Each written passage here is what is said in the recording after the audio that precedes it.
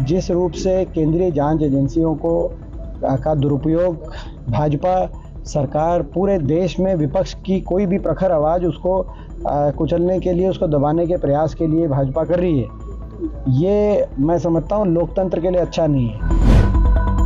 राजस्थान में चुनाव शुरू हो गए तो प्रदेश अध्यक्ष गोविंद डोटासरा जी हों या अशोक गहलोत जी हमारे मुख्यमंत्री जी हों, उन सब के पास ईडी पहुंच गई। तो ये जो है अपना ईडी क्या चुनाव की चिट्ठी लेके पहुंचती है, जहां भी चुनाव शुरू हो वहां पे विपक्ष की नेताओं के घर पहुंच जाती है। ये अभी इस सरकार के कुशासन का स्तर ये है कि ये किसी को बनाए किसी को हटाएं, ये लोग सरकार ही हटाएंगे, लोगों ने ऐसा मन बना लिया। पर जिस रूप से केंद्रीय जांच एजेंसियों का दुरुपयोग भाजपा सरकार पूरे देश में विपक्ष की कोई भी प्रखर आवाज़ उसको कुचलने के लिए, उसको दबाने के प्रयास के लिए भाजपा कर रही है, ये मैं समझता हूँ लोकतंत्र के लिए अच्छा नहीं है।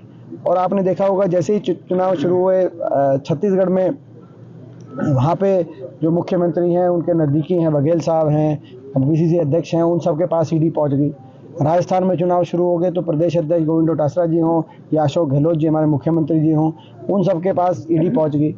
तो ये जो है अपना ईडी क्या चुनाव की चिट्ठी लेके पहुँचती है, जहाँ भी चुनाव शुरू हो वहाँ पे विपक्ष की नेताओं के घर पहुँच जाती है, ईडी हो सीबीआई हो। ये कोई अच्छी प्रथा तो शुरू बीजेपी ने नहीं की हुई। प्रजातंत्र में जो है ये सब मैं समझता हूँ कि देश हित में नहीं है। ठीक है। अभी इस सरकार के कुशासन का स्तर ये है कि ये किसी को बनाए किसी को हटाएं, ये लोग सरकार ही हटाएंगे, लोगों ने ऐसा मन बना लिया प्रदेश में। ये किसी को हटाएं किसी को बनाएं उससे कोई अर्थ नहीं है। कांग्रेस में जो हुड्डा साहब ने एक बात कही वो ये मैं समझता हूँ उसका तात्पर्य ये है कि वो सबको एक सामंजस्य बना के हरियाणा में एक नई सरकार बने जो हरियाणा के हर वर्ग को साथ लेके और हरियाणा में अच्छा शासन सुशासन देने का काम करे, ये कांग्रेस का संकल्प है। हमसे जुड़े रहने के लिए हमारे YouTube चैनल को सब्सक्राइब करें और नई वीडियो की नोटिफिकेशन के लिए बेल आइकन को दबाएं। अगर आप ये वीडियो Facebook पर देख रहे हैं तो लाइक जरूर करें और ज्यादा से ज्यादा शेयर करें। धन्यवाद।